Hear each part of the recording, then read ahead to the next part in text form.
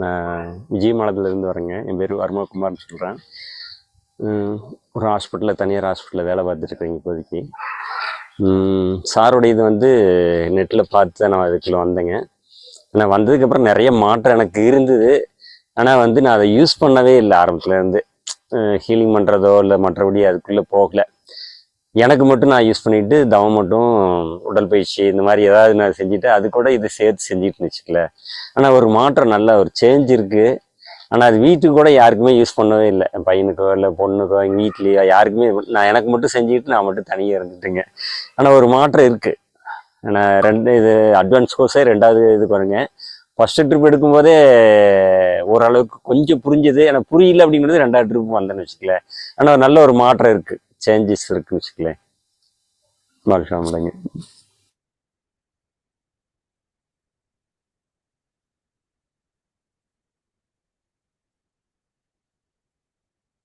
Okay, thank you.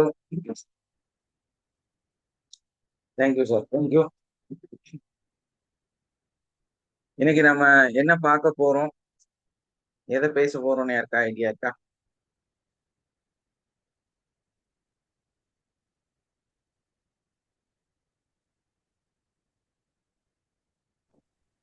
Good morning, sir. Very good morning. How to resolve relationship issue போட்டிருக்கீங்க. Yes. Recording in progress. In progress.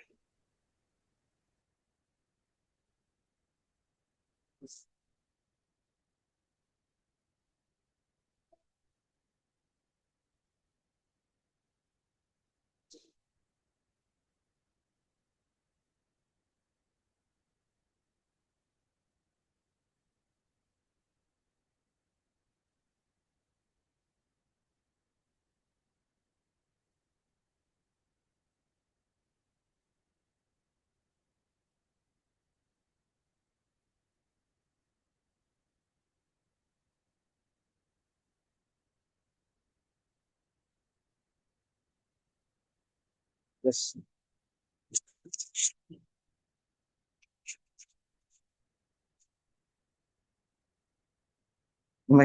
என்ன பேச போறோம் அப்படின்னா, how to resolve in relationship issues using EFT.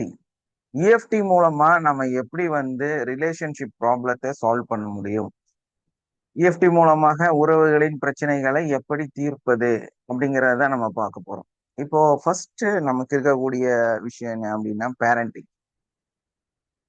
ஒரு நல்ல தாய் தகப்பனாக, இல்லையா, நல்ல ஒரு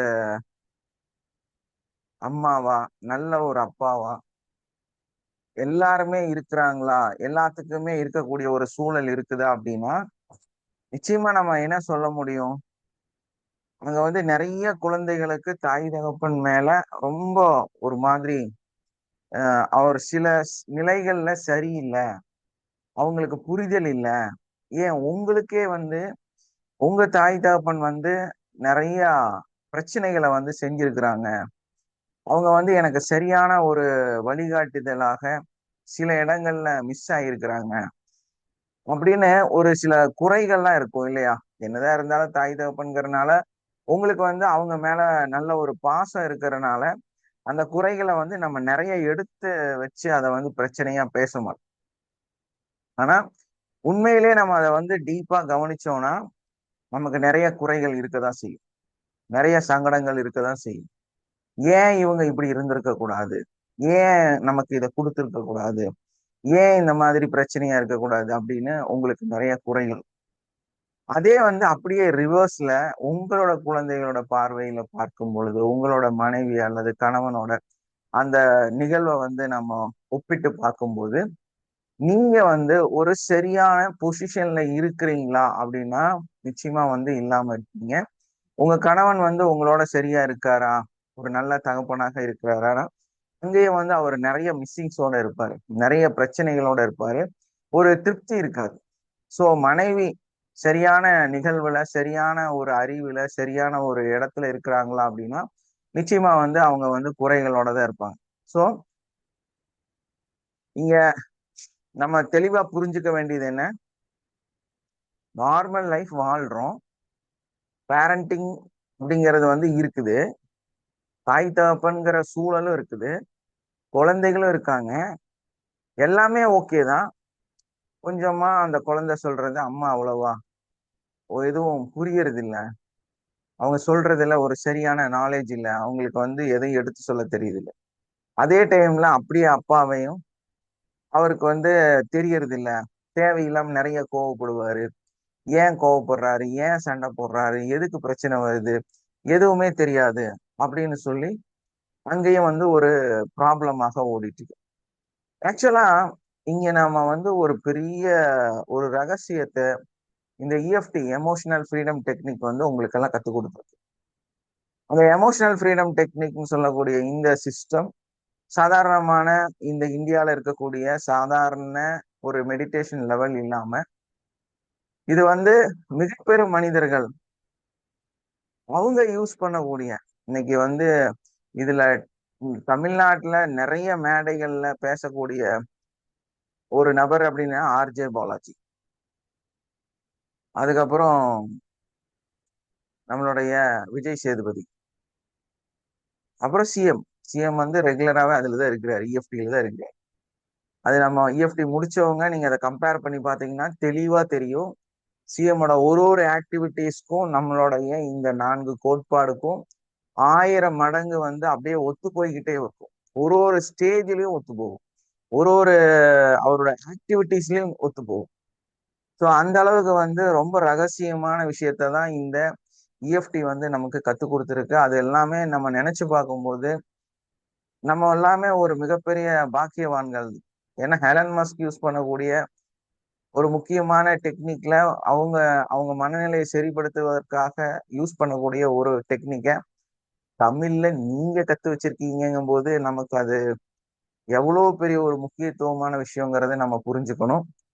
ஸோ அங்கதான் வந்து இந்த இடத்துல இந்த நாளோட இந்த டாபிக்க ஒரு அற்புதமான வழியில ஒரு தெளிவை வந்து நமக்கு கொடுத்துருக்கு. அப்படிங்கிறது தான் இந்த பேரண்டிங்கோட பிரச்சனை என்னங்கிறத நம்மளால இந்த உறவுகளுக்குள்ள இருக்கக்கூடிய பிரச்சனைய அழகா தெளிவா நம்மளோட இஎஃப்டி வந்து உங்களுக்கு கத்துக் கொடுத்துருக்கு. இதுல இஎஃப்டி முடிச்சவங்களுக்கு உங்களுக்கு நான் சொல்றது டக்குன்னு புரிஞ்சிடும். இதுல புதுசா ஜாயின் பண்ணி இருக்கிறவங்களுக்கு, புதுசா இந்த வீடியோ பார்த்துட்டு இருக்கிறவங்களுக்கு கொஞ்சம் குழப்பமா இருக்கும். ஸோ அது எப்படி அப்படின்னா, ஆக்சுவலா உங்க கணவர் வந்து சரியில்லை அப்படின்னாலும், உங்க மனைவி சரியில்லை அப்படின்னாலும், உங்களோட தாய் தகப்பன் நீங்க நினைக்கிற கேரக்டர்ல இல்லைனாலும் அதுக்கெல்லாம் காரணம் யார் அப்படின்னு பார்த்தா அந்த பர்சன் இல்லை. Parents are not a problem. Parenting is the problem. இந்த 2 விஷயம் அங்க இருக்குது. பேரண்ட் வந்து பிரச்சனை கிடையாது, பெற்றோர் வந்து பிரச்சனை கிடையாது. ஆனால் அவர்கள் பெற்றோராக நடந்து கொள்வதில் தான் பிரச்சனை. இதுதான் இஎஃப்டி வந்து தெளிவா நம்மளை வந்து செப்பரேட் பண்ணி டிசோசியேட் பண்ணி இந்த நிகழ்வை வந்து உங்களுக்கு தெளிவா காண்பிச்சு கொடுக்குது. இது வந்து அந்த ஒரு நபரினோட பிரச்சனை அல்ல. இது வந்து அந்த நபரினோட உள்ளே இருக்கக்கூடிய ஒரு பிரச்சனை. என்ன நமக்கு தெரிய வருது?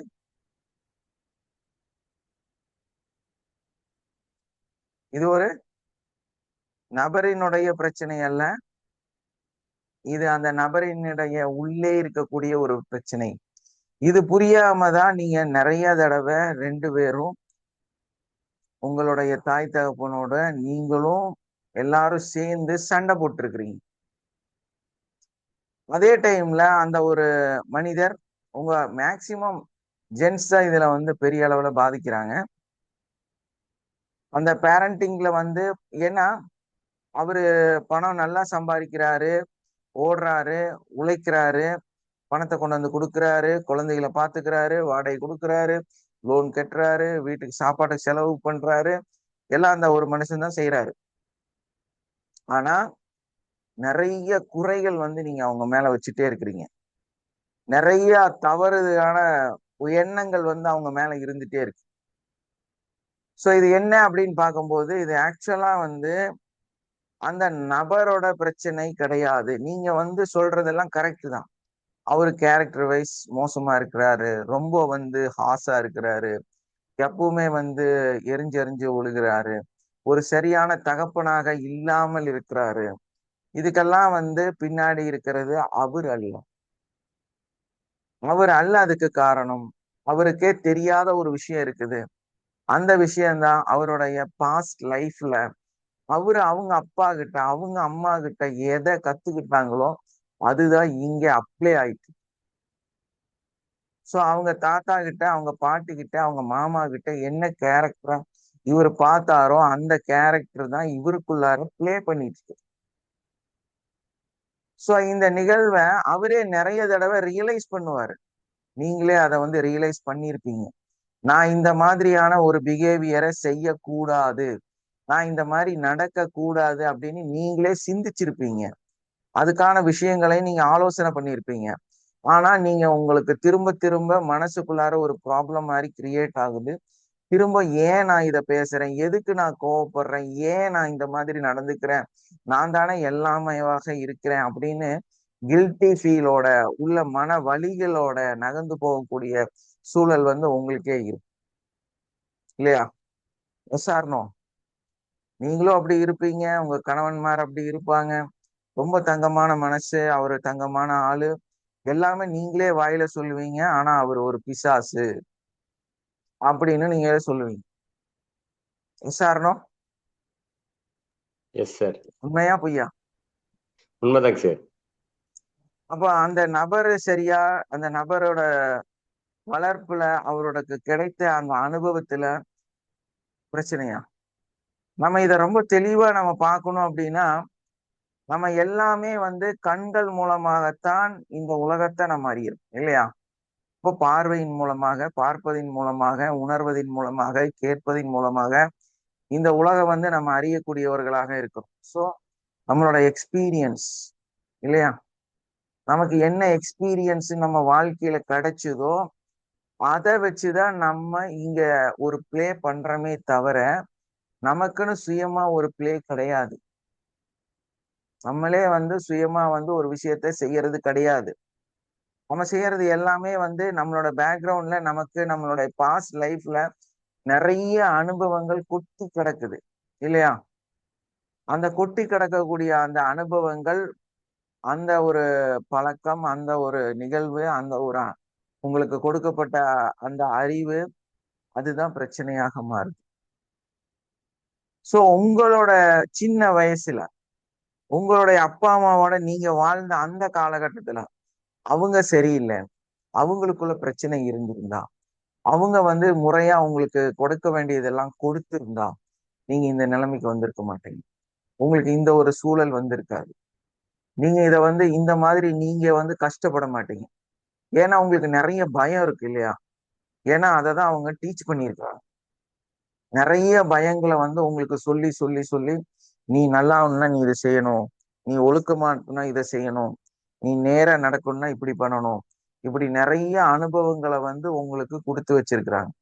சோ இந்த கொடுத்திருக்கக்கூடிய அனுபவங்கள் வந்து உங்களை என்ன பண்ணும்? ஆட்டோமேட்டிக்கா உங்களுக்கு ஒரு அவேர்னஸை கிரியேட் பண்ணும் இல்லையா? நீங்க இப்படிதான் நடக்கணும், இப்படிதான் இருக்கணும், இதுதான் பிரச்சனை, இது இது வந்தா இது வந்துரும், இதனால நீ வந்து ப்ரிவென்டடா இருக்கணும், அவேர்னஸா இருக்கணும், அங்க போகக்கூடாது, அங்க பேசக்கூடாது, அங்க பழகக்கூடாது, நீ வந்து அங்க அந்த முகத்தை காண்பிக்க கூடாது. இந்த மாதிரி எல்லாம் உங்க பேரண்டிங், உங்களுடைய தாய் தகப்பன் உங்களுக்கு எவ்வளவோ விஷயங்கள் வந்து கத்து கொடுத்துருப்பாங்க. S or no? சோ அதெல்லாம் சேர்த்து வச்சு நீங்க என்ன பண்றீங்க? உங்களோட குழந்தைகளுக்கு அதை அப்ளை பண்ண ஆரம்பிக்கிறீங்க. ஏன்னா உங்களுக்கு அதுதான் தெரியும், அதுதான் நீங்க பழகி இருக்கிறீங்க. சோ நீங்க என்ன பண்ணுவீங்க? உங்களை தப்பு சொல்ல முடியாது. டைரக்டா அந்த விஷயங்களையும் அந்த அனுபவங்களையும் நீங்க நேரடியா எடுத்து உங்க குழந்தைகளுக்கு கொடுக்க ஆரம்பிக்கிறீங்க இல்லையா? Yes or no?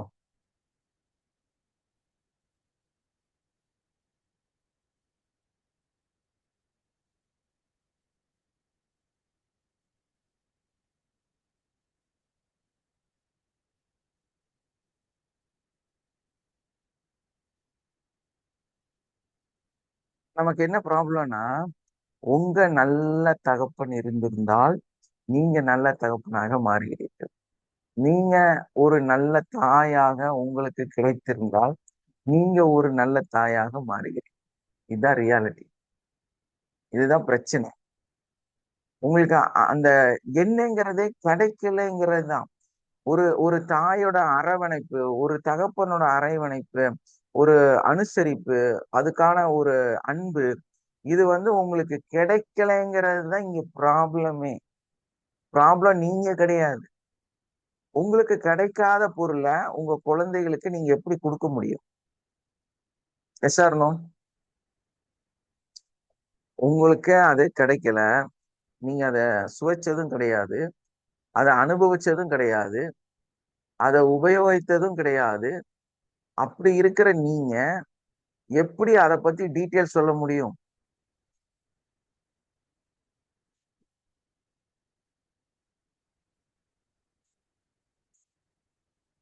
இப்ப இங்க இருக்கிறவங்க எல்லாம் நிறைய பேத்துக்கு ஹிந்தி தெரியாது இல்லையா?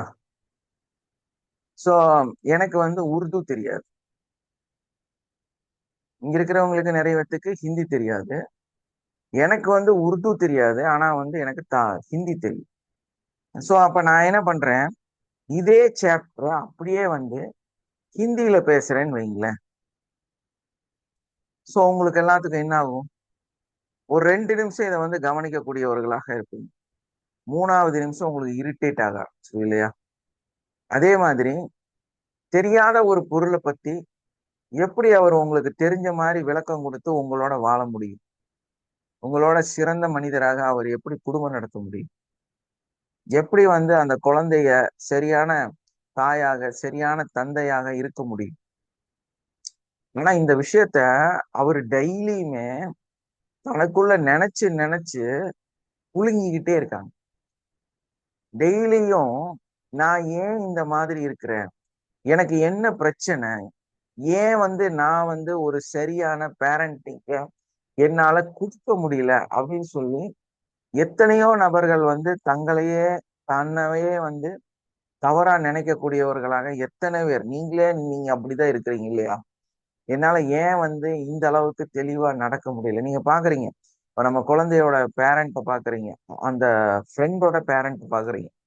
பார்க்கும்போது அவங்களோட பிஹேவியர், அவங்களோட பழக்க வழக்கங்கள், அவங்க வந்து போற ஸ்டைல், இதையெல்லாம் பார்த்துட்டு நீங்க ஃபீல் ஆகுறீங்க. என்னடா நம்ம நினைச்சா கூட இங்க போக முடியாது போல இருக்கு. ஏன் நினைச்சா கூட நம்மனால வந்து அந்த மாதிரியான ஒரு பேரண்டா நம்ம லைஃப்ல வந்து நடக்க முடியாது போல இருக்கு. ஏன்னா அவங்க கேரக்டர் அப்படி இருக்கு, அவங்க பேசுறது அப்படி இருக்கு, அவங்க பழகுறது அப்படி இருக்கு, அவங்களோட வாழ்ற வாழ்க்கை அப்படி இருக்கு. சோ இந்த எதுவுமே வந்து உங்கள்ட்ட இல்ல அப்படிங்கும்போது உங்களுக்கே உங்க மேல பயங்கர சங்கடம், கவலை. என்ன நம்ம நம்ம குழந்தைக்கு அந்த மாதிரி ஒரு விஷயத்த கொடுக்க முடியுது இல்லையே, நமக்கு அந்த மாதிரி ஒரு சரியான பேரண்டா நம்மளால இருக்க முடியலையேன்னு உங்களுக்குள்ளாரே உங்களுக்கு பயங்கரமான கில்ட்டி ஃபீல். எத்தனை தடவை ஃபீல் பண்ணியிருப்பீங்க? சேரணும். ஸ்கூல்ல உங்களை குழந்தைகளை கொண்டு போய் இறக்கி விட்டுட்டு நான் ஏன் கோவப்படுறேன், ஏன் அவனை திட்டினேன், அந்த குழந்தைய ஏன் அடிச்சேன், ஏன் ஒய்ஃப்க்கு சண்டை போட்டேன், எதுக்கு நான் வந்து இவ்வளோ ஹார்ஸா இதை பேசினேன், சிந்திக்கிறீங்களா இல்லையா? விசாரணம். அதுக்கப்புறமா சங்கடப்படுறீங்களா இல்லையா? So, அப்போ உண்மையிலே வந்து உங்ககிட்ட ப்ராப்ளமா, உங்களோட அப்பா அம்மாட்ட ப்ராப்ளம்? இந்த ஒரு தெளிவைத்தான், இந்த ஒரு அறிவைத்தான், இந்த ஒரு நாலேஜை தான் இந்த இஎஃப்டி வந்து உங்களுக்கு தெளிவுபடுத்துது. இந்த உண்மையான குற்றவாளி நீங்க கிடையாது. உண்மையான குற்றவாளி உங்களுடைய தாய் தகப்பன் தான். உங்களுடைய அந்த உங்க குழந்தைய பாதிக்கிறதுக்கு காரணம் நீங்க கிடையாது, உங்களுடைய தாய் தகப்பனும் உங்களுடைய வளர்ப்பும் உங்களுடைய அனுபவங்களும் தான். சோ அதனாலதான் உங்களுக்கே தெரியாம நீங்க ஒரு பேட் பிஹேவியர், ஒரு தப்பான விஷயத்த நீங்க செய்யக்கூடியவர்களாக இருக்கிறீங்க. உண்மையில உட்கார்ந்து பேசினா நீங்க இருக்கறதுலே டாப் மோஸ்ட் அறிவு இருக்கக்கூடிய, நாலேஜ் இருக்கக்கூடிய, இத வந்து செய்யக்கூடாதுங்கிற தெரிஞ்ச ஒரு நபராக இருப்பீங்க. ஏன்னா அந்த அளவுக்கு மென்மையான ஒரு அன்பான உணர்வு இருக்கக்கூடிய தாய் தகப்பனாக நீங்களா இருக்கிறீங்க.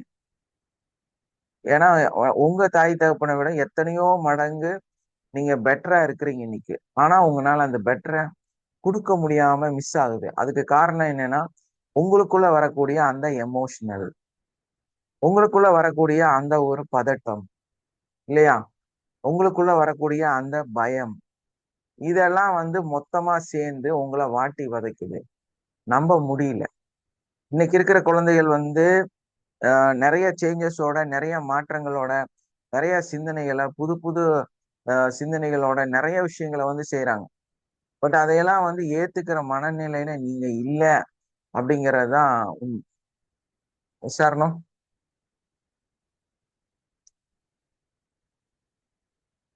ஏன்னா அதை சகிக்க முடியறது இல்ல, அதை ஏத்துக்க முடியறது இல்ல. ஏன்னா உங்களுக்கு அதுக்கான அனுபவம் இல்லை.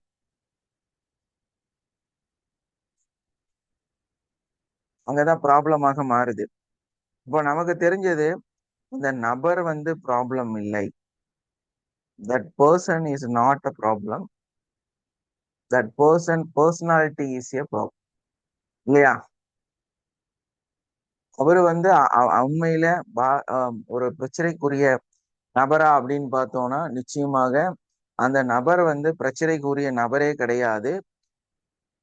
அந்த நபருக்குள்ள இருக்கக்கூடிய அந்த ஒரு எமோஷனலான பாஸ்ட் லைஃபோட முழு சிந்தனையும் தான் அதுக்கு காரணம். ஸோ அவரோட அந்த பாஸ்ட் லைஃப்ல இருக்கக்கூடிய அந்த எண்ணங்களையும் அந்த சிந்தனைகளையும் நம்ம ஹீல் பண்ணனா, நம்ம சரிப்படுத்தினா, நம்மளால என்ன பண்ண முடியும்? அதை ஹீலிங் கொடுத்தா கண்டிப்பா அதை மாத்திரலாம் இல்லையா? விசாரணம் மாத்த முடியுமா முடியாதா? இந்த பாஸ்ட் லைஃபை சரி பண்ணனா, அவங்க அப்பா அம்மா வீட்டுல இருக்கக்கூடிய புதைந்து கிடக்கக்கூடிய அந்த பிரச்சனைகளை சரிப்படுத்தி, இவங்க மனசுல இருக்கக்கூடிய அவங்களோட சிந்தனைகளை முழுமையா நம்ம இல்லாம ஆக்கிட்டோம்னா என்ன நடக்கும்? இங்க ஒரு மிராக்கிள் நடக்க ஆரம்பிக்கும் இல்லையா? அப்போ நமக்குள்ள என்ன பிரச்சனை இருக்கு? ஃபர்ஸ்ட் அதை அனலைஸ் பண்ணி பாருங்களேன். உங்களுக்குள்ள என்ன பிரச்சனை? ஒரு நல்ல தெளிவு கிடைச்சிருச்சு. கணவன் பிரச்சனை கிடையாது, மனைவி பிரச்சனை கிடையாது, குழந்தைகள் பிரச்சனை கிடையாது. பிரச்சனை உங்களுடைய வளர்ப்புல, உங்களுடைய தாய் தகப்பன்ல இருக்கக்கூடிய ப்ராப்ளம்ங்கிறது உங்களுக்கு நல்ல ஒரு தெளிவு கிடைச்சிருச்சு. இப்ப நாம என்ன செய்யக்கூடாது, என்ன செய்யக்கூடாது, என்ன செய்யலாம், இது நமக்கு வேணும் இல்லையா? அப்படி பார்க்கும் பொழுது நம்ம முதல் வேலையா நம்மளோட பார்ட்னருக்கு அட்வைஸ் பண்றதை நிறுத்தும்.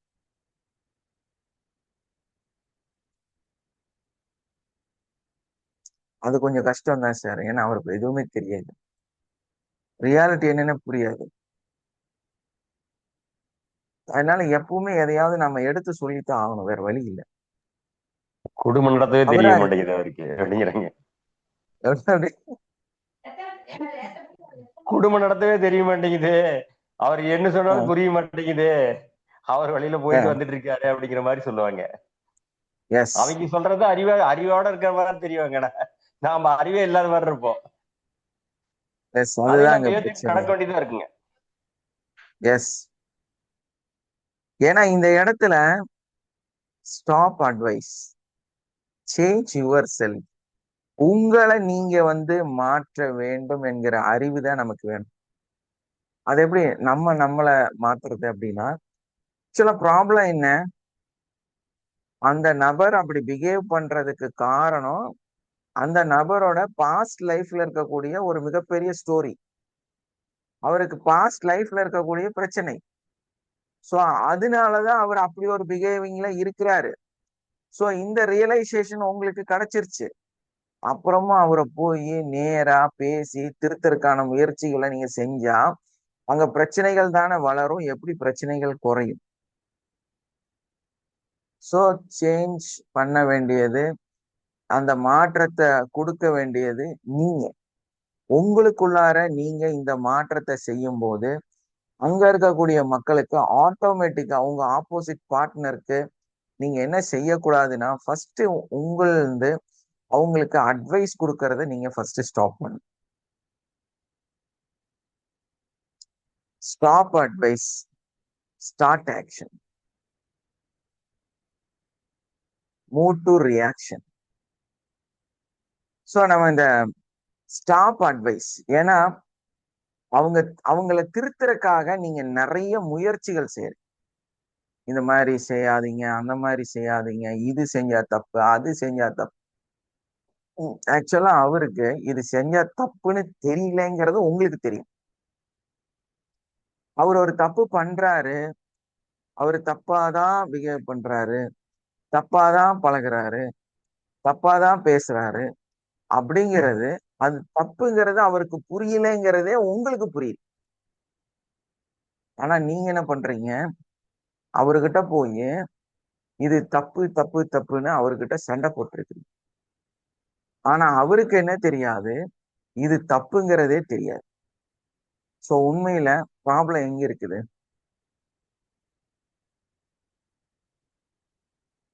ப்ராப்ளம் உங்கள்கிட்ட தான் இருக்குது. ஏன்னா நீங்க யாரு?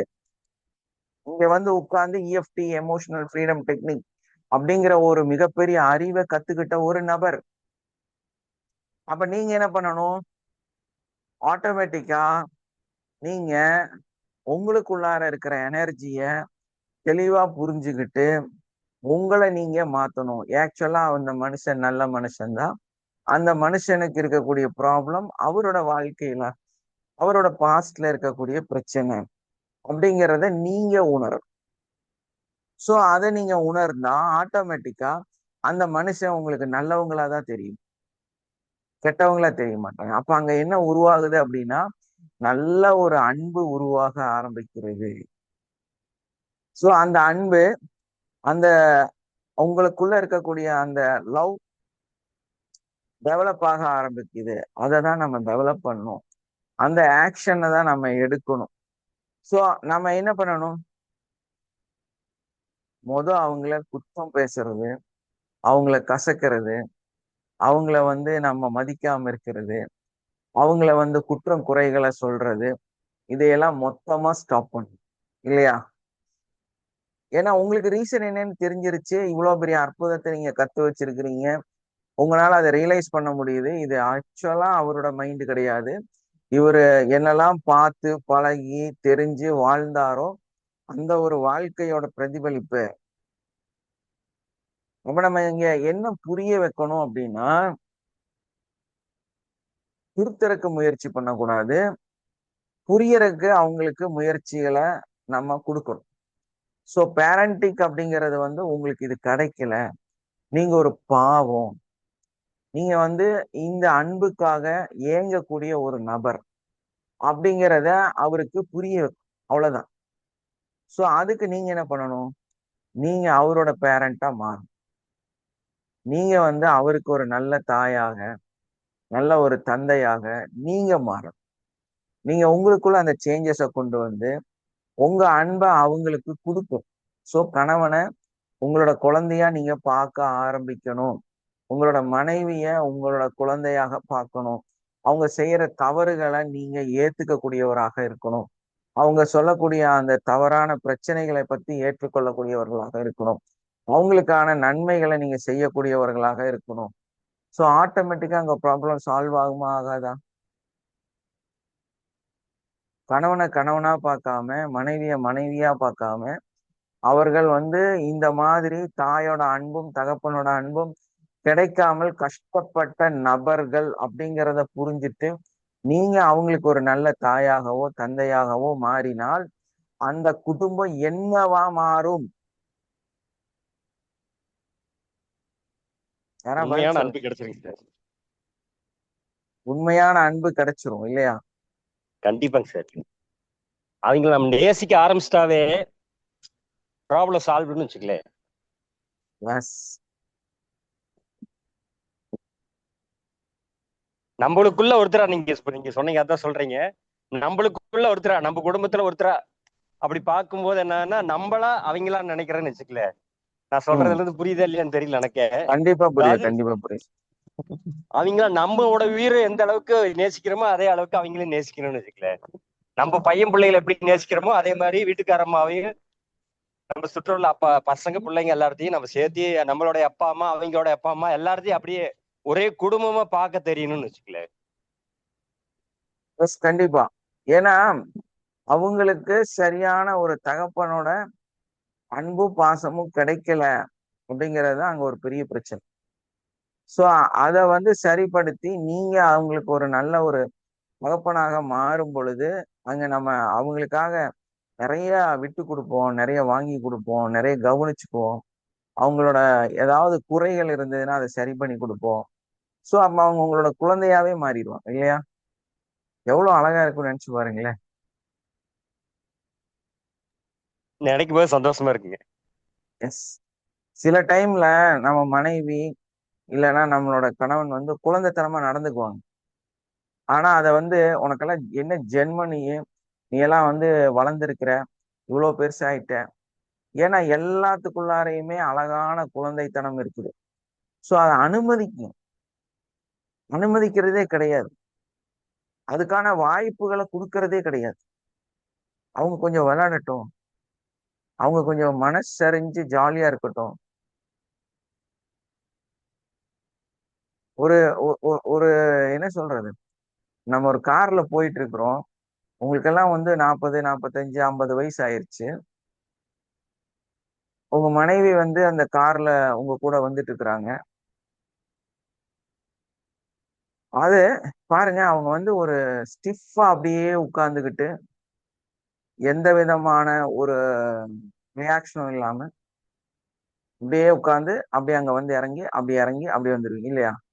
ஆக்சுவலா இது சரியா அப்படின்னா அது வந்து இந்த மாதிரிதான் நீங்க வாழ்ந்துட்டு இருக்கிறீங்க. பட் அது அது வந்து அப்படி இல்லை. இப்போ இன்கேஸ் உங்களுடைய ஒரு 8 வயசு பொண்ணோ இல்ல 12 வயசு பொண்ணோ 14 வயசு பையனோ யாராவது அதே கார்ல உங்க பொண்ணோ பையனோ உங்க கூட வரும். நீங்க 2 பேரும் போயிட்டு இருக்கிறீங்க. அப்ப நீங்க என்னெல்லாம் பண்றீங்க? அந்த பொண்ணு 2 காலையும் ஒழுக்கமா வச்சு உட்காராது. கண்டிப்பா டேஷ் மேட் மேல தூக்கி காலை வைக்கும். அந்த ஷீட்டை திடீர்னு படுத்துக்கும். திடீர்னு பேக் சீட்டுக்கு எந்திரிச்சு ஓடி போகும். திடீர்னு வந்து போற வழியில கண்ணா பின்னான்னு இடத்துல நிறுத்தி ஐஸ்கிரீம் கேட்பாங்க, டீ கேட்பாங்க, டாய்ஸ் கேட்பாங்க, என்ன வேணாலும். திடீர்னு பாத்ரூமே வருதுன்னு சொல்லுவாங்க. இது எல்லாமே வந்து அந்த உங்களோட மகள் இல்ல மகன் வந்து செய்யறாங்க. ஏன் உங்க மனைவி உங்கள்ட்ட செய்யல? ஏன் உங்க கணவன் உங்கள்ட்ட செய்யல? ஒரு நாளாவது சிந்திச்சு பாத்தீங்களா? ஒரு நாளாவது ஆலோசனை பண்ணீங்களா? சோ நீங்க என்ன தப்பு பண்ணிட்டு இருக்கிறீங்க அப்படின்னா, அவங்களுக்கான அந்த இடத்தை நீங்க கொடுக்கவே இல்லை. நீங்க வந்து இந்த மாதிரி அவங்களோட தாயாகவோ தகப்பனாகவோ நீங்க மாறவே இல்லை. நீங்க அவங்களோட கணவனாக மனைவியாக மட்டுமே இருக்கிறீங்க. சோ அங்க வந்து எந்த ஒரு பெரிய இது இருக்காது. ஏன்னா உங்களுக்கு அவங்கள பத்திய ஒரு பெரிய நாலேஜ் இருக்கு. அவங்க வந்து ஒரு 40 வயசு ஆச்சு, 55 வயசு ஆச்சு அப்படின்னு ஒரு ப்ரௌடா அந்த ஒரு ரொம்ப கடினமான அந்த ஒரு நிலையை வந்து உங்களுக்குள்ள வச்சிருக்கீங்க. அவங்க எத்தனை வயசானாலும் அவங்க அம்மாக்கு அப்பாவுக்கும் வந்து குழந்தை தானே. சோ உங்களுக்கும் அப்படித்தானே இருக்கணும். அப்ப அந்த அன்பு வந்து உண்மையிலேயே வந்து ஹை லெவல்ல இருக்கணும் அப்படின்னா நீங்களும் அப்படித்தானே இருக்கணும். அவங்களும் உங்கள்ட்ட அப்படித்தானே இருக்கணும். ஏன் இதுல மாற்றம் வருது? இதுல ஏன் இவ்வளவு ஸ்டிஃபா இருக்கிறீங்க? என்ன ப்ராப்ளம்? நீங்க யாரு கூட ரொம்ப பிரைவசியா இருக்கிறீங்களோ உண்மையிலேயே வந்து உங்க கணவன்கிட்ட இல்ல மனைவிட்ட தானே உங்களை ரொம்ப அந்தரங்கமா இருக்கிறீங்க. அப்படி இருக்கும்போது ஏன் உங்கள்ட்ட அந்த குழந்தைத்தனமும் இல்ல? இந்த ஊடலும் பாடலும் இது மட்டும்தான் வாழ்க்கையா? இது மட்டும்தான் உங்க அந்தரங்கமா? அவங்களுக்கு இருக்கக்கூடிய அந்த குழந்தைத்தனமும் உங்களுடைய அந்தரங்கத்துல இருக்கணும் இல்லையா? அன்பு பாசம் எல்லாம் சேர்ந்தது தானே அது. ஏன் அது இல்ல உங்களுக்குள்ள? ஏன் அந்த அன்பு அங்க மிஸ் ஆயிருக்கு? அப்ப ஏதோ சம்திங் நீங்க வந்து கடமைக்கு வாழ்றீங்க. அவங்களுக்கான இடத்தை நீங்க கொடுக்கவே இல்லை. ஏன்னா அவ்வளவு டீப்பா ரொம்ப டெப்தா நீங்க 2 பேர் தான் வாழ்ந்துட்டு இருக்கிறீங்க. அந்த டெப்த்ல அந்த ஆழ்மையில அந்த ஒரு மறைவான விஷயத்துல இருக்கும் பொழுது இதுவும் உங்கள்ட்ட 2 பேர்த்திட்டையும் இருக்கணுமே. நீங்கதான் அன்பே இல்லாம நீங்க ஒரு ஜடமாக 2 பேருமே வந்து வாழக்கூடிய நிலைமையில இருப்பீங்க. இந்த ரிலேஷன்ஷிப்குள்ளார இந்த ஒரு அடிப்படைய நீங்க மதிச்சா, நினைச்சா, அதுக்கான ஸ்பேஸ நீங்க நினைச்சு பாருங்களேன். நீங்க அந்த பக்கம் நினைக்காதீங்க. ஏன்னா நம்ம தப்பே அங்கதான். நீங்க வந்து அந்த பக்கம் நினைச்சு பார்க்காதீங்க. இந்த பக்கம் நினைச்சு பாருங்க. மேபி உங்களுக்கு அப்படி ஒரு கணவன் இருந்தால், மேபி உங்களுக்கு அப்படி ஒரு மனைவி இருந்து உங்களோட குழந்தை தன்மையை ஏற்றுக்கொள்ளக்கூடிய மனநிலை இருந்தால், நீங்க எவ்வளவு சந்தோஷமா இருப்பீங்க சிந்திச்சு பாருங்க. ஒரு நிமிஷம் நான் டைம் தரேன் உங்களுக்கு. ஒரு நிமிஷம் உங்களையே நீங்க கண்ண மூடி ஆலோசனை பண்ணி பாருங்களேன். உங்க மனைவி வந்து உங்களுக்கு ஒரு நல்ல தாயாக இருக்கிறாங்க, இல்லைன்னா உங்களோட கணவன் வந்து உங்களுக்கு நல்ல தகப்பனாக இருக்கிறீங்க. அந்த அதே நபரோட நீங்க ரொம்ப உங்களோட ஒரு குழந்தை, அதாவது உங்க மகனோ மகளோ ஒரு 12 வயசுல 10 வயசுல எப்படி சேட்டை பண்ணிட்டு எப்படி எல்லாத்தையும் கேட்டுட்டு நடந்தாங்களோ அதே மாதிரி நீங்க நடக்கிறதா ஒரே ஒரு நிமிஷம் சிந்திச்சு பாருங்களேன். எல்லாரும் க்ளோஸ் யுவர் ஐஸ். உங்க கண்களை எல்லாரும் மூடிக்கிங்க. உங்க கணவனையோ மனைவியோ உங்க பக்கத்துல இருக்கிறதா நினைச்சுக்குங்க. நீங்க இப்போ உங்களோட மகள் இல்லைன்னா மகன் எப்படி பிஹேவ் பண்ணாங்களோ அதே மாதிரி நீங்க அவர்கிட்ட பிஹேவ் பண்றீங்க. அவரு அதை அக்செப்ட் பண்ணிட்டு உங்களுக்கு அதை செஞ்சு கொடுக்குறாரு. அப்போ அதோட சந்தோஷத்தை நீங்க ஒரு நிமிஷம் உங்களுக்குள்ள அனுபவிச்சு பாருங்க, சிந்திச்சு பாருங்க.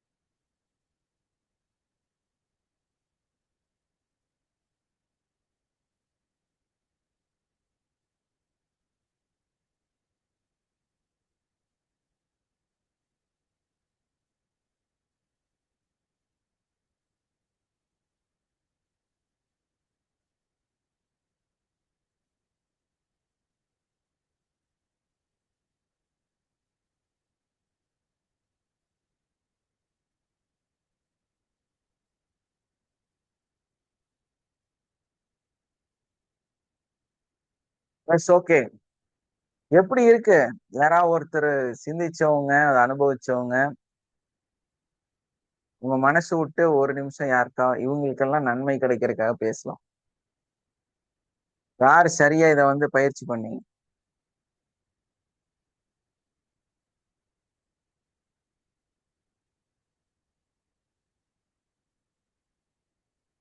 மைக் ஆன் பண்ணி பேசலாம்.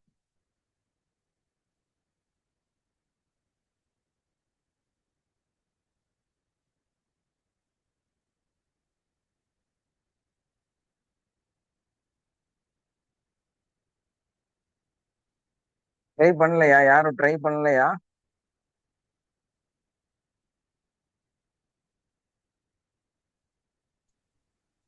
எஸ், சொல்லுங்க சார். பார்த்திபன் சார். அப்படி இல்லை சார். அதாவது இப்ப எஸ். இருக்கிற சூழ்நிலை வந்து எப்படி இருக்குன்னா, அதை யோசித்து பார்க்க முடியாத ஒரு சூழ்நிலையா இருக்கு. ஏன்னா இருக்கிற காலகட்டங்கள் வந்து என்னன்னா, ஃபினான்ஷியல் ப்ராப்ளம், பசங்களுக்கு ஃபீஸ் கட்டுற ப்ராப்ளம், ரெண்ட்டு, இந்த மாதிரி பல தட்டப்பட்ட பிரச்சனைல இருக்கும். இந்த அன்பு இருக்கு, எங்களுக்கு கூட இருக்கும். பட் இருந்தாலும் இந்த நெருக்கம் வருகிறது அதை யோசிச்சுக்கிட்டே ஓடுறப்போ என்ன ஆகுதுன்னா, சில வேளை இந்த மாதிரி ஆகும். நீங்க சொல்ற இந்த காரியங்கள் நடக்கும். ஆனால் எங்க வீட்டுல அவங்க இப்ப இன்னைக்கு கூட காலையில 6 மணிக்கு டியூட்டி கிளம்பிட்டாங்க. இப்போ ஒருத்தர் எத்தனை மணி வரும்னு சொல்ல முடியாது. இருந்தாலும் வேலை அவங்களுக்கு உண்டான எல்லாத்தையும் சுடுதண்ணி கேட்டாங்க, எல்லாமே செஞ்சு வச்சு தான் போறோம். அது ஓடிக்கிட்டே இருக்க சூழ்நிலை என்ன பண்ண இதை ஃபாலோ பண்ண முடியாது. ஃபாலோ பண்ண எஸ். முடியாதுன்னா என்னுடைய சூழ்நிலை அப்படி இருக்கு. ஃபாலோ பண்ண முடியாது ஒண்ணு. ஆனாலும் நீங்க சொல்ற சில விஷயத்துல ஒய்ஃப் என்ன பண்ணுவாங்கன்னா, சில வேலையில என்னடா என்ன சும்மா கத்திட்டே இருக்க அப்படி ஒரு அன்பா பேசுவாங்க. அது அந்த சில கோபமாகவும் எதுவும் வராது, நமக்கு ஜாலியா தான் எடுத்துக்குவோம். அதே மாதிரி நானும் அவ்வளவு சில கிண்டல்லாம் பண்ணுவோம். அது கொஞ்சம் ஜாலியா போயிட்டு இருக்கு. நீங்க சொல்ற ஆக்டிவிட்டிஸ் பார்த்தா இது வரைக்கும் லாஸ்ட் 25 இயர்ஸ் இது பண்ணோம். இது வரைக்கும் அப்படிதான் போய்கிட்டு இருக்கோம் ஃபேமிலியில. ரொம்ப கெடுபிடி இல்லாம போய்கிட்டு இருக்கு. இது வரைக்கும் தெய்வம் இது மாதிரி நடக்கிறதுல ஒரு சந்தோஷம் தான் இருக்கு. நீங்க சொல்ற இது இன்னைக்கு பாத்தீங்கன்னா இந்த குடும்பத்துல நிறைய பேர் எலியும் புலியுமா இருக்கிறான்னு சொல்லுவாங்களே, அந்த மாதிரி இருக்கிறதுல பாக்குறோம். ஏன்னா நம்ம சர்ச்சஸ்ல நிறைய பேர் அப்படிதான் சொல்லுவாங்க சில விதத்துல. நீங்க சொல்றது நல்ல அருமையான நல்ல டாபிக். நல்லா இருக்கு. கண்டிப்பா சார். வணக்கம் ஐயா. முருகேஷ் சார் வணக்கம் ஆ, வணக்கம் ஐயா. சொல்லுங்க.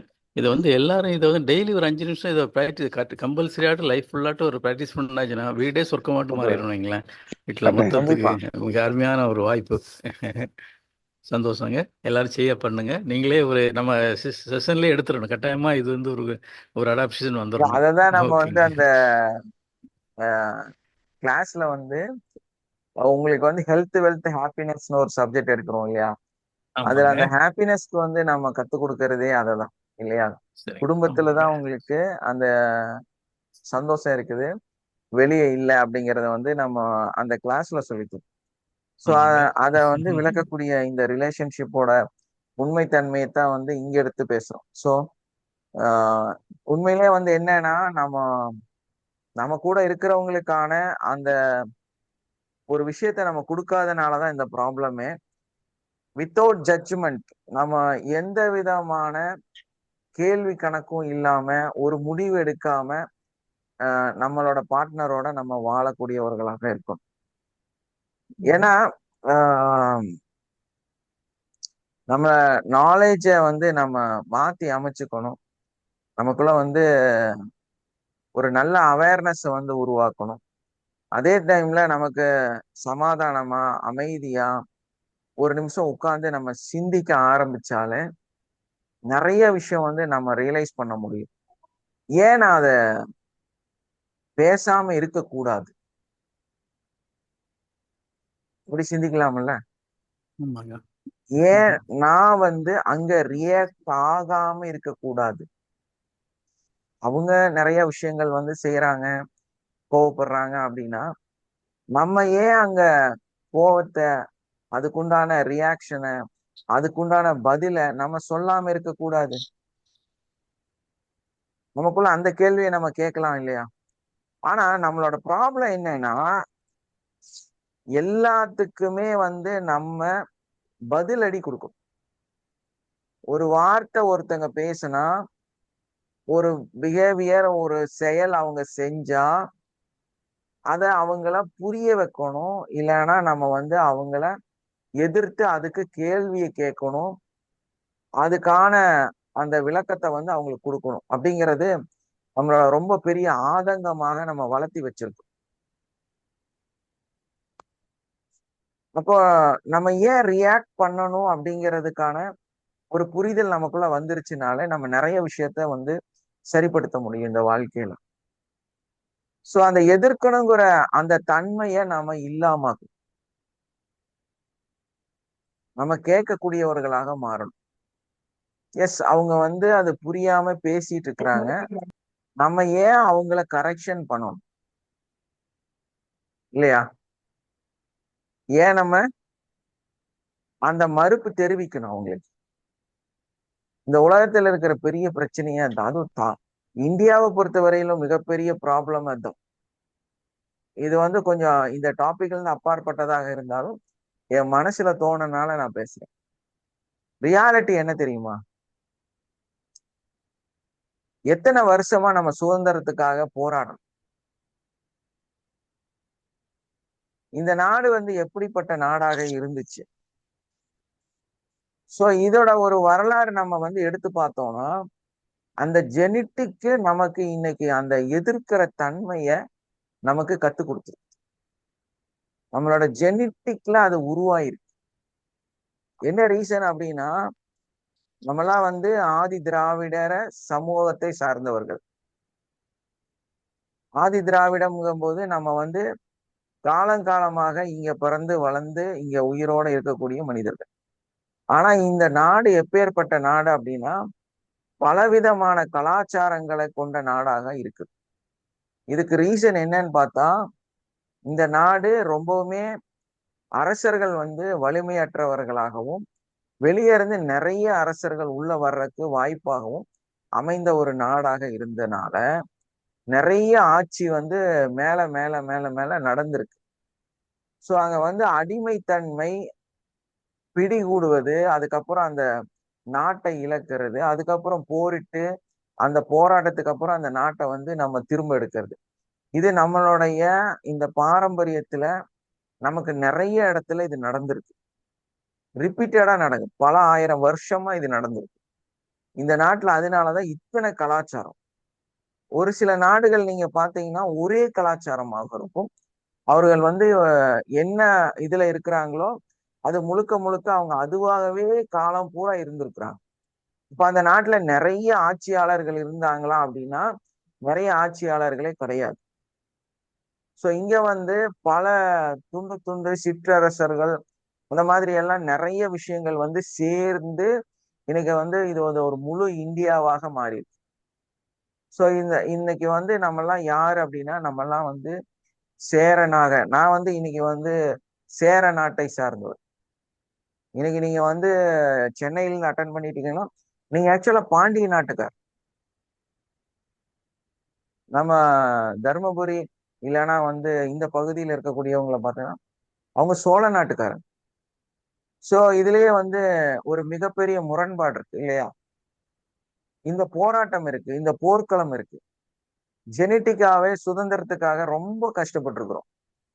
சோ இந்த ஜெனட்டிக்கு நம்ம கேட்ட கதைகள் இதெல்லாம் நமக்கு என்ன சொல்லி இருக்குன்னா, உனக்கு ஒரு விஷயம் தெரிஞ்சுது அப்படின்னா, உனக்கு ஒருத்தங்க வந்து ஒரு விஷயத்த சொல்றாங்க அப்படின்னா நீ அதை எதிர்க்கணும். உன்னோட அந்த உனக்குள்ள இருக்கக்கூடிய அந்த ஒரு வார்த்தைகளோட அறிவை வந்து நீங்க நாலேஜை வந்து அடுத்தவங்களுக்கு எடுத்து அதை வந்து புரிய வைக்கணும். அவங்க பண்றது தப்புன்னு புரிய வைக்கணும். சோ நம்ம வந்து அந்த நபரை எதிர்க்கணும் அப்படிங்கிறது ஜெனட்டிக்கா காலங்காலமா நம்ம ஒரு விஷயத்த நம்ம மைண்ட்ல நம்ம ஆழமா பதிச்சு வச்சிருக்கோம். அங்கதான் ப்ராப்ளம். ஆக்சுவலா ரெவல்யூஷன் அங்கிருந்து நம்ம சுதந்திரம் அடைஞ்சிட்டோம். பல வருஷங்கள் வந்து நம்ம தாண்டி வந்துட்டோம். இருந்தாலும் நம்ம காதுல அது திரும்ப திரும்ப என்ன சொல்லி கொடுத்துருக்குன்னா, நீ போராடணும், எதிர்க்கணும், இப்பதான் வந்து நீ வந்து சரியாக வாழ முடியும் அப்படிங்கிற ஒரு நாலேஜ நமக்கு கொடுத்துருக்கு. சோ இந்த ஜெனட்டிக்கு கூட நமக்கு ஒரு பிரச்சனை. இன்னைக்கு நீங்க எந்த மதத்துல இருந்தாலும் நீங்க சிந்திச்சு பாத்தீங்கன்னா தெரியும். நம்ம எல்லாருமே வந்து திராவிடர்கள் இல்லையா? நம்மளோட மூதாதையர் வந்து மாற்றப்பட்டிருக்கிறாங்க. சோ நம்ம மாறி இருக்கோம். அவ்வளவுதான் விஷயம். சோ நமக்கு கண்டிப்பா அதோட ப்ராப்ளம் இருக்குதான் செய்யும். அந்த ஒரு சூழல்னால கூட இந்தியால இருக்கிறனால நமக்கு இந்த பிரச்சனை இருக்குது. எதிர்க்கணுங்கிற எண்ணங்கள் இருக்கு. நான் ஏன் எதிர்க்கணுங்கிற எண்ணத்துக்கு நம்ம வரலாம் இல்லையா? நமக்குதான் சுதந்திரம் கிடைச்சிருச்சு. நம்ம நல்ல சந்தோஷமான ஒரே நாட்டுல இந்தியராக நம்ம வாழ்ந்துட்டு இருக்கிறோம்ல.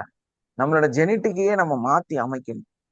இன்னைக்கு நம்ம இங்க சுதந்திரமா மனசார நம்ம தெளிவா வாழ்றோங்கிற இந்த நாட்டை ஏத்துக்கிற எண்ணத்துல நம்ம மாறணும். நம்ம எல்லாருமே இப்போ ஒன்னா இருக்கிறோம், நம்ம தெளிவா இருக்கிறோம், பாதுகாப்பா இருக்கிறோங்கிற எண்ணங்கள் நமக்கு வரணும்.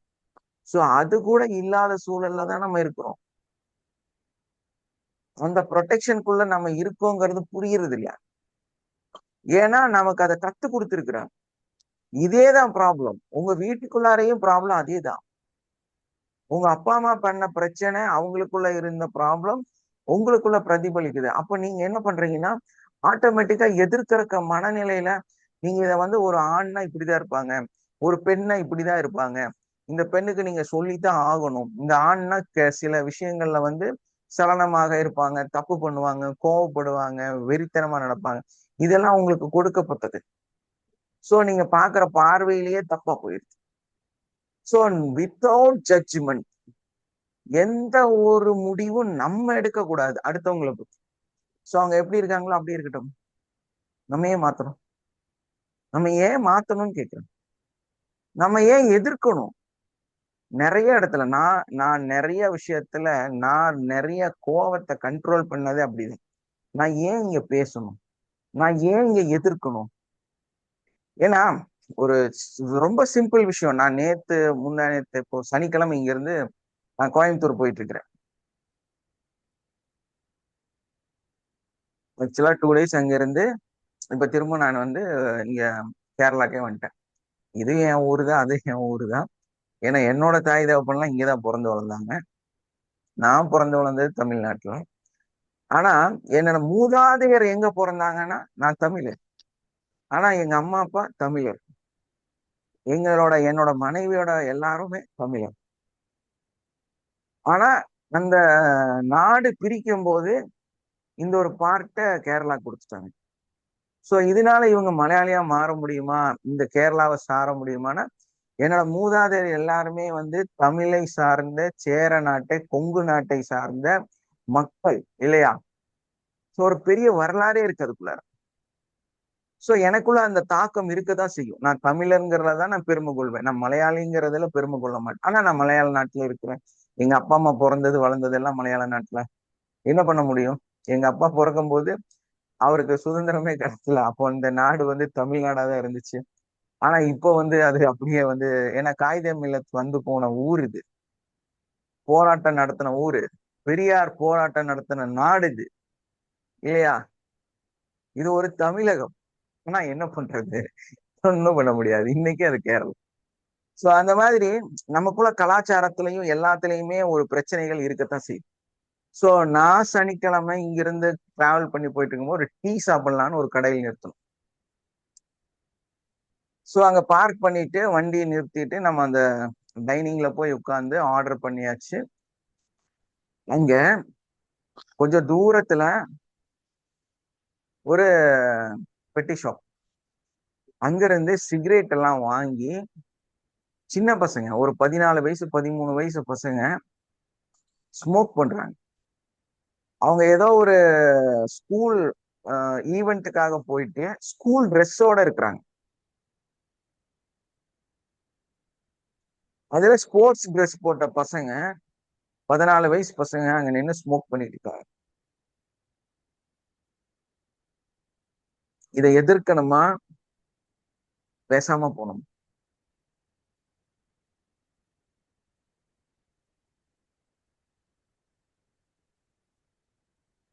யாராவது ஐடியா சொல்லுங்க. நானும் எதுக்க என் வேண்டியது சார். ஃபேமிலியோட நான் போயிட்டு இருக்கிறேன். என்னோட சன்னு என்னோட ஒய்ஃப் எல்லாமே இருக்கிறாங்க. நாங்களும் வந்து அதே ஷாப்ல ஒரு சைட்ல உட்காந்து டீ சாப்பிட்டு இருக்கோம். பெரிய கடை, இங்க இருந்து ஒரு 100 அடிக்கு மேல இருக்குது. அந்த லாஸ்ட்ல இந்த தப்ப அந்த பசங்க பண்ணிட்டு இருக்கிறாங்க. என்ன பண்ணணும்?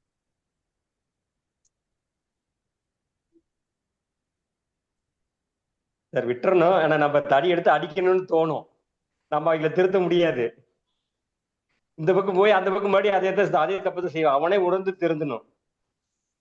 ஆக்சுவலா நம்ம வந்து அங்க எனக்கு தோணுச்சு, ஏன்னா நான் பழைய ஆளா இருந்தா அதை அப்படியே வீடியோ எடுத்து சோசியல் மீடியால போட்டு அதுக்கப்புறமா போலீஸ்க்கு ஃபோன் பண்ணி வர வச்சு அந்த கடைவிய என்ன உண்டுன்னு பார்த்துருப்பேன்.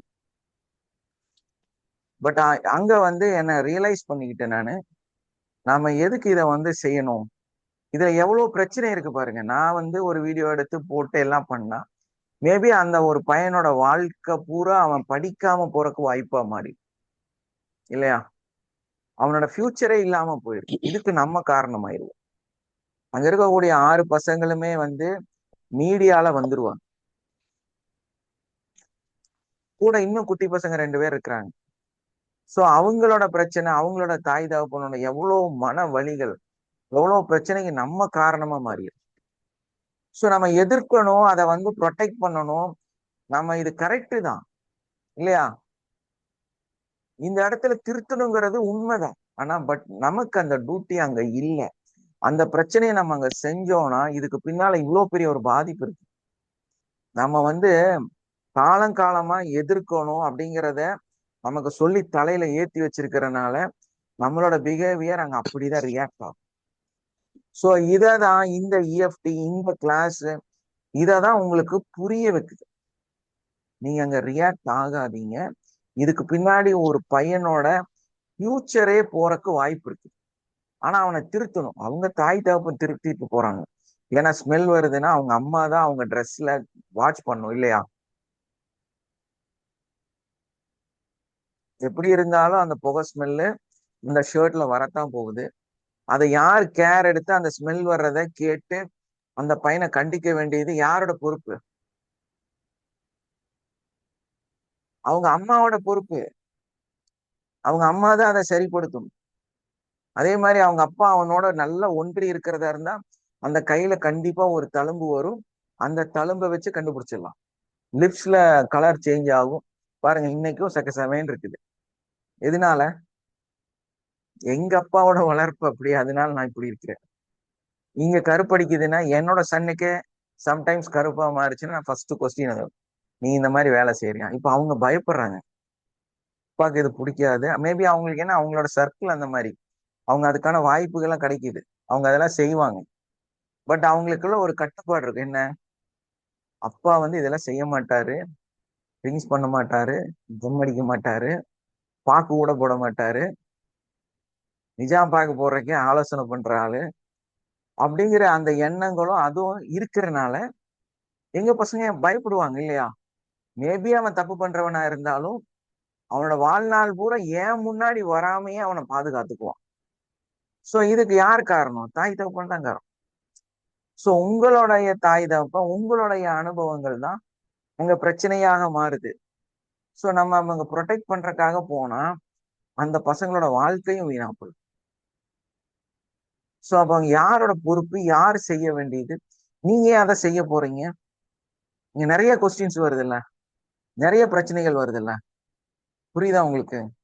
சோ நம்மளதான் கரெக்ஷன் பண்ணணும். இந்த மக்கள் எல்லாருமே இதை புரிஞ்சுக்கணும்.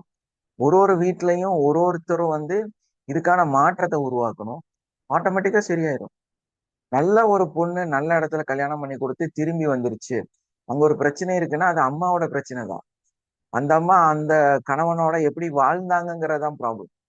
நீங்க அவ்வளவு வாய பேசி அவ்வளவு பிரச்சனை பண்ணி உங்க கணவன் நீங்க கஷ்டப்படுத்திட்டு உங்க பொண்ணு போய் நல்லபடியா வாழணும்னு நினைச்சா நடக்கும்.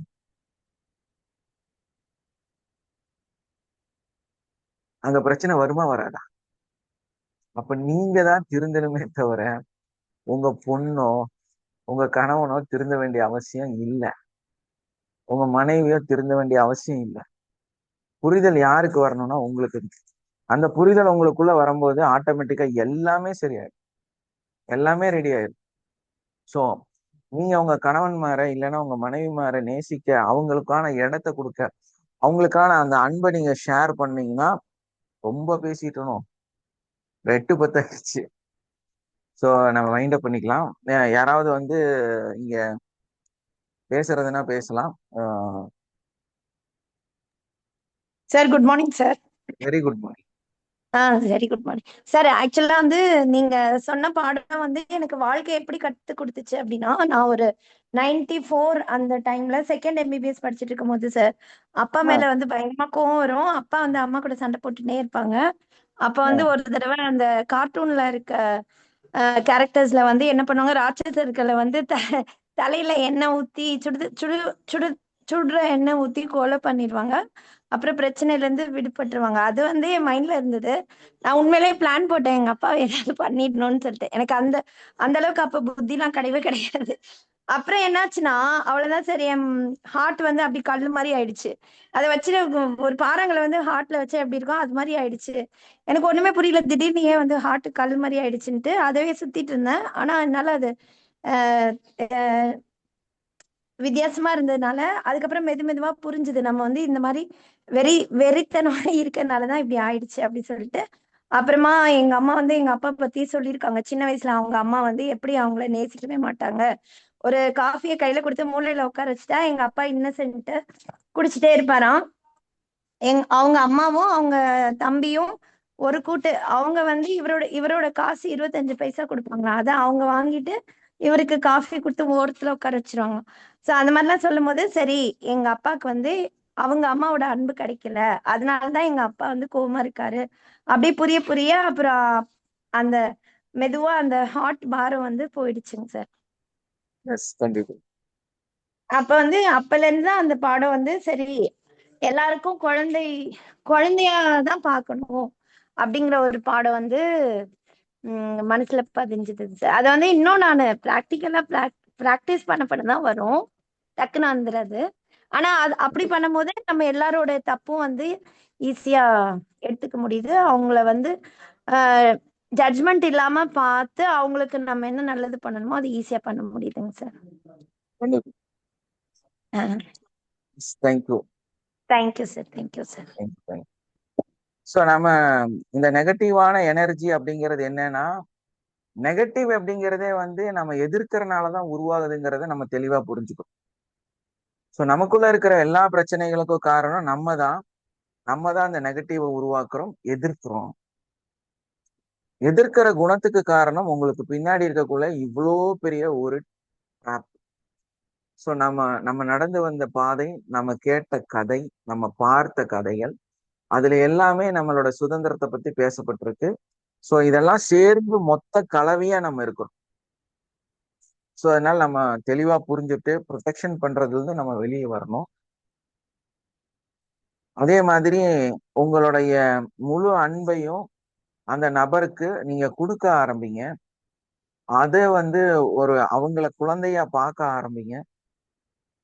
உங்க கணவனை நீங்க இந்த நிலைக்கு கொண்டு வந்தீங்கன்னா அவர் உங்க தங்க தட்டுல வச்சு தாளாட்டுவார். உங்களுக்காக இந்த இமயமலையே கட் பண்ணி கொண்டு வந்து உங்க மடியில வைப்பார்.